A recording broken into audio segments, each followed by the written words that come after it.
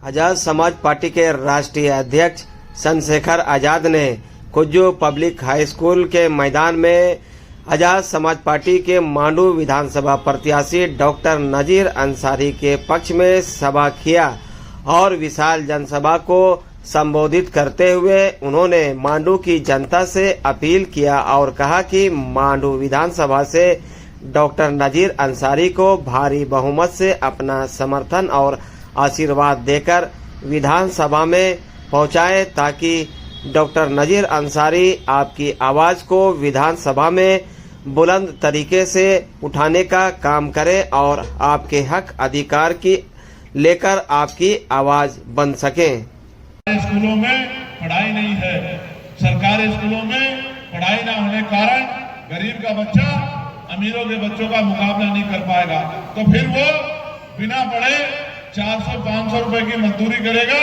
और 400-500 रुपए की मजदूरी से वो अपने माँ बाप को इज्जत की जिंदगी और सुख सुविधा नहीं दिला सकता है। और आज का हेल्थ सिस्टम ऐसा है, अस्पताल में जाओगे डॉक्टर नहीं मिलेगा, डॉक्टर मिल गया तो दवाई बाहर से लिख देगा, टेस्ट बाहर से लिख देगा और गरीब बाहर से टेस्ट नहीं करा पाएगा। ऐसे समय में मैंने बहुत सारे लोगों को सड़कों पे मरते देखा, बिना इलाज के अस्पताल के बाहर मरते देखा और मैं सोचता हूं कब तक गरीब लोग मरते रहेंगे। उसका एक तरीका ये है कि अगर सरकारी अस्पतालों को अच्छा कर दिया जाए और नेताओं का इलाज सरकारी अस्पतालों में हो, अधिकारियों का इलाज सरकारी अस्पतालों में हो, तो मेरा ये मानना है जब नेताओं का इलाज अस्पताल में होगा और अधिकारियों का इलाज सरकारी अस्पताल में होगा तो सरकारी अस्पताल में प्राइवेट अस्पताल से भी ज्यादा अच्छी सुविधा मिलेगी और कम पैसों में गरीब को भी अपना इलाज कराने का मौका मिलेगा। आज बाबा साहब अम्बेडकर ने अपने 4 बच्चों की कुर्बानी देके आपके उंगली में वो ताकत दी है, जिसे चाहे कुर्सी से उतार कर फेंक दो और जिसे चाहो कुर्सी में बिठा दो। ये आपकी ताकत है, ये आपकी ताकत है।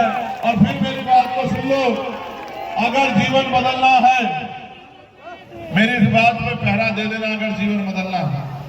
आप लंबे समय से कभी इसको जिताते आए, कभी उसको जिताते आए, ये लोग जीते और अपने घर में जाके बैठ गए, इन्होंने अपनी जेब भरी, कभी आपके बारे में नहीं सोचा। इस बार ना इनको जिताओ ना उनको जिताओ, खुद को जिताओ कि कोई ऐसा हो जिसका हाथ पकड़ के आप कह सको कि ये हमारा नेता है, ये हमारा विधायक है, जिसको हमारी आवाज उठाने के लिए हमने चुना है, जिसको हमारे साथ खड़े होने में अपमान महसूस नहीं होता, ये हमारी लड़ाई लड़ सकता है।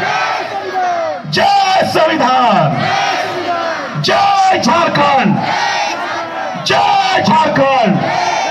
आजाद समाज पार्टी जिंदाबाद, जिंदाबाद जिंदाबाद। आजाद समाज पार्टी जिंदाबाद, जिंदाबाद।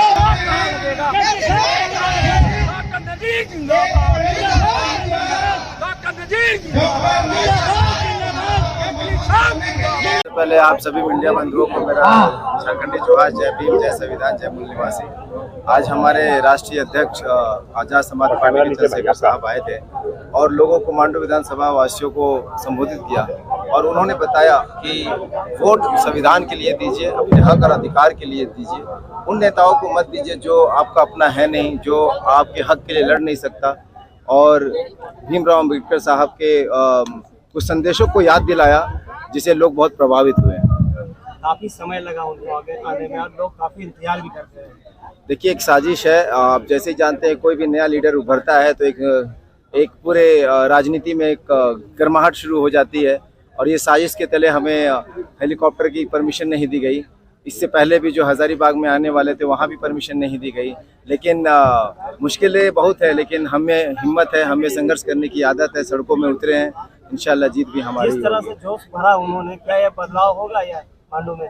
ये आपके जनता की आप जैसा बता रहे हैं कि ये लोग काफ़ी देर से इंतज़ार कर रहे हैं, इससे ये साबित होता है कि ये लोग दिल से यहाँ बैठे हैं और सुनना चाहते हैं और अपने नेता को देखना चाहते हैं। और ये वाकई में ये सारे जो हैं सारे वोट में कन्वर्जन होगा और ये 23 तारीख को आपको एक रोमांचक रिजल्ट दिखेगा। आप किस मुद्दे? देखिए, मांडू विधानसभा में तो काफ़ी मुद्दे हैं, लेकिन जो मुख्य मुद्दा है वो बेसिकली रोजगार का है और पलायन रोकने का है। और दूसरा जो सबसे ज़्यादा तकलीफ देती है वो है पानी। यहाँ मांडू विधानसभा में पानी की स्थिति बहुत खराब है। मुझे लगता है कि हमें जल्द से जल्द ये मूल सुविधाएं उनको पूरा करने की जरूरत है। आप चुनावी मैदान में अगर विजय होते हैं तो क्या कुछ कीजिएगा? अभी जैसे मैंने अभी जस्ट बताया कि सबसे पहले तीन मुद्दों पे मैं बेसिकली काम करूंगा। एक, रोजगार और पलायन रोकना। दूसरा, शिक्षा के क्षेत्र में जो यह महिलाओं को यहाँ पर मतलब महिलाओं के लिए या इंटर कॉलेज और डिग्री कॉलेज नहीं है, उन पे काम करूंगा। लाइब्रेरी की स्थापना करूंगा। यहाँ पर मल्टी फैसिलिटी हॉस्पिटल नहीं है पूरे मांडू विधानसभा में, उसकी स्थापना करवाने की कोशिश करूंगा। और साथ ही साथ जो बेसिक सुविधाएं, सड़क, बिजली, पानी, उसकी मुहैया कराऊंगा। मांडू विधानसभा क्षेत्र में सबसे बड़ा प्रॉब्लम है तो आपको विस्थापित प्रभावित का क्या कुछ कहें? बिल्कुल, ये विस्थापित प्रभावित का सबसे बड़ा मुद्दा है और यही मुद्दा है कि हम आज तक नियोजन और स्थायी नीति नहीं बना पाए हैं। जब हम बिहार से अलग हुए, जब बिहार संयुक्त और अलग हुए, तो वहाँ पर अभी भी ग्रुप सी और ग्रुप डी की नौकरियाँ वहाँ के बिहार के लड़कों को मिलती है, लेकिन झारखंड में अभी भी ये नीति नहीं बनी है।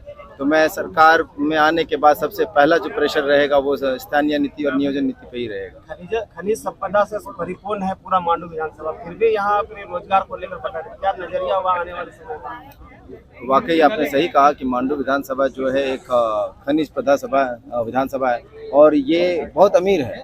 मांडू विधानसभा बहुत अमीर है, लेकिन यहाँ की जनता बहुत गरीब है। तो हमें कहीं ना कहीं इसे रोकना होगा। यहाँ के लोकल जो हमारे मांडू विधानसभा के लड़के हैं, नौजवान युवक हैं, उनको उन्हीं के कोलवरी में नौकरी देनी होगी या आउटसोर्सिंग कंपनीज हैं उनमें उनको काम लगाना होगा, तभी जाकर के ये विकास होगा मांडू विधानसभा का। इसे चर्चा हुई कि नगीना से सांसद हैं चंद्रशेखर रावण और आपको यहाँ हजारीबाग के मांडू में नगीना बनाकर लोगों को बीच मिला है।